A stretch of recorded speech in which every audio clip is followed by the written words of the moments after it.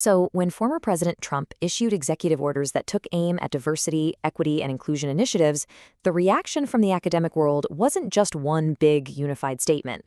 Instead, what we got was this collection of many individual voices. Scholars who spend their lives studying these concepts chimed in with a whole range of analyses and reactions. In this explainer, we're going to dive into a selection of these perspectives, breaking down their key arguments to really understand how they're making sense of this critical moment. And it's important to remember, each person we'll hear from is offering their own unique viewpoint. You know, one of the central themes that you see pop up again and again is captured perfectly in this quote from Professor Herman Aguinas. He and a lot of others are quick to acknowledge that, yeah, DEI programs can absolutely have flaws, and sometimes they don't work as intended. But his solution isn't to just scrap them entirely. Instead, he argues the focus should be on making them better. This idea, to mend it, don't end it, is a really useful way to think about a lot of the arguments that are going to follow. All right, so to make sense of this chorus of voices, we're going to explore the perspectives across 5 key themes. We'll start with the case against what some call a false choice between DEI and meritocracy. Then we'll look at the arguments that try to unpack a much wider political strategy. After that, we'll hear from those who are really focused on the stakes for society as a whole, and we'll wrap up with the various calls for action they proposed. Okay, let's get right into it. The first big theme really tackles that common debate you hear all the time about DEI versus meritocracy. A lot of the scholars we're looking at directly push back on the idea that these two things are at odds with each other. They basically argue that this whole framing presents a false choice. So here's the core conflict, laid out right here. On one side, you have anti-DEI policies, often being pitched as a way to restore meritocracy. But on the other side, the scholars we're talking about argue that if a system already has a ton of built-in inequalities and biases, it can't really be a true meritocracy to begin with. From their point of view, a well-designed DEI program isn't the problem. It's actually the tool you need to help create a real one. Professor Alison Conrad makes this point really, really clearly. Her argument is built on a pretty straightforward premise, that talent is spread out equally among all groups of people. So if you accept that, then a system based purely on merit should naturally end up looking diverse. By that logic, if you see a lack of diversity, it might actually be a sign that the system is broken and failing to find the best talent. It flips the script, making diversity proof of merit, not its enemy. And Professor Quinetta Robertson adds another important layer here. She argues that this rhetoric doesn't just create a false fight between equity and merit.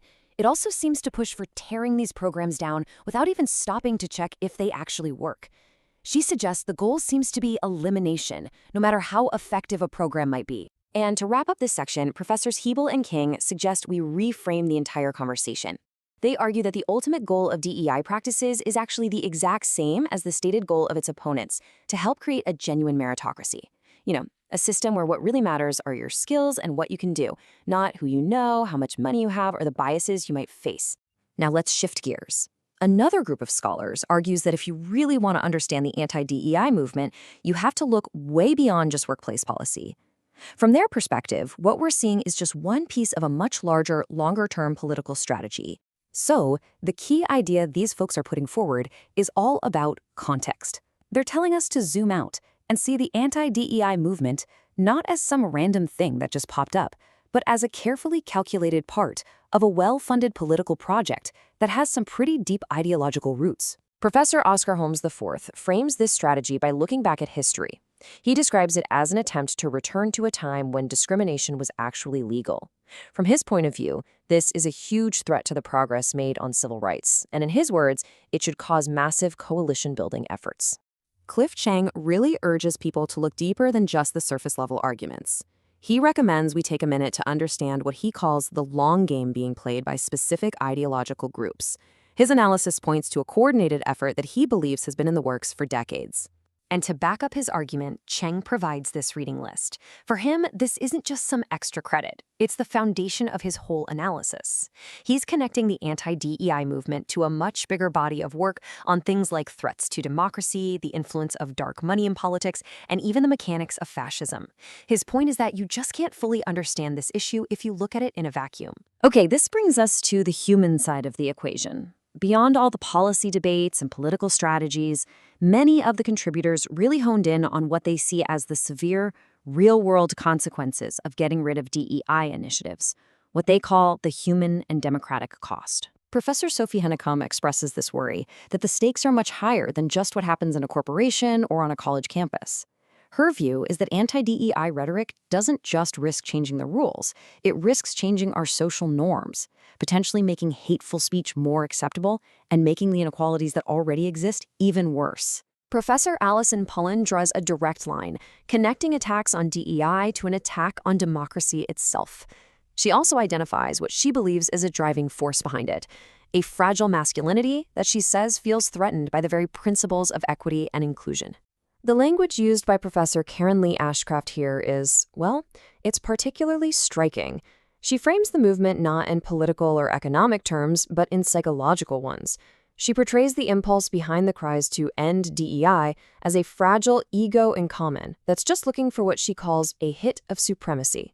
And finally, Professor Laura Morgan Roberts gives a specific name to what she's seeing: legislative violence. Now, she's clear this isn't physical violence, but the use of laws and policies as a weapon to persecute, censor, and ultimately banish the work of people who advocate for DEI. It frames the threat as this systemic, top-down effort. So, after all these different analyses, the big question is, what's to be done? Our final section moves from diagnosing the problem to prescribing solutions, exploring the really diverse range of actions and strategies that these scholars put forward. A key thing to notice here is that the response from these academics is definitely not one of just giving up. Instead, what you see is a powerful call for engagement, with a ton of different ideas about the best way to move forward, which really reflects the diverse perspectives of the scholars themselves. David L. Ford Jr. offers one of the most direct calls to action. Citing Michelle Obama's famous line, he basically says, "Do something." His list includes the kinds of activism you'd expect, like protesting and legal battles, but he also really stresses the need to be creative, proactive, and to act with a sense of urgency. Now, Professor Joan C. Williams proposes a totally different, really pragmatic strategy.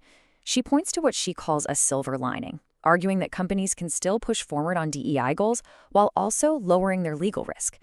Her idea involves using evidence-based tools called bias interrupters. You frame them not as DEI initiatives, but as smart business practices for achieving core goals, like better performance and innovation. Professor Yvonne Benschop's call to action is more about our mindset and our approach. She advocates for this mix of emotional resilience, what she calls cool heads and warm hearts, and intellectual courage. The goal she puts out there isn't just to defend the status quo, but to actually innovate by developing radically different ways of knowing that can really challenge existing power structures. So, as we've seen, there is no single monolithic response from the academic world. It's a true chorus of individual voices.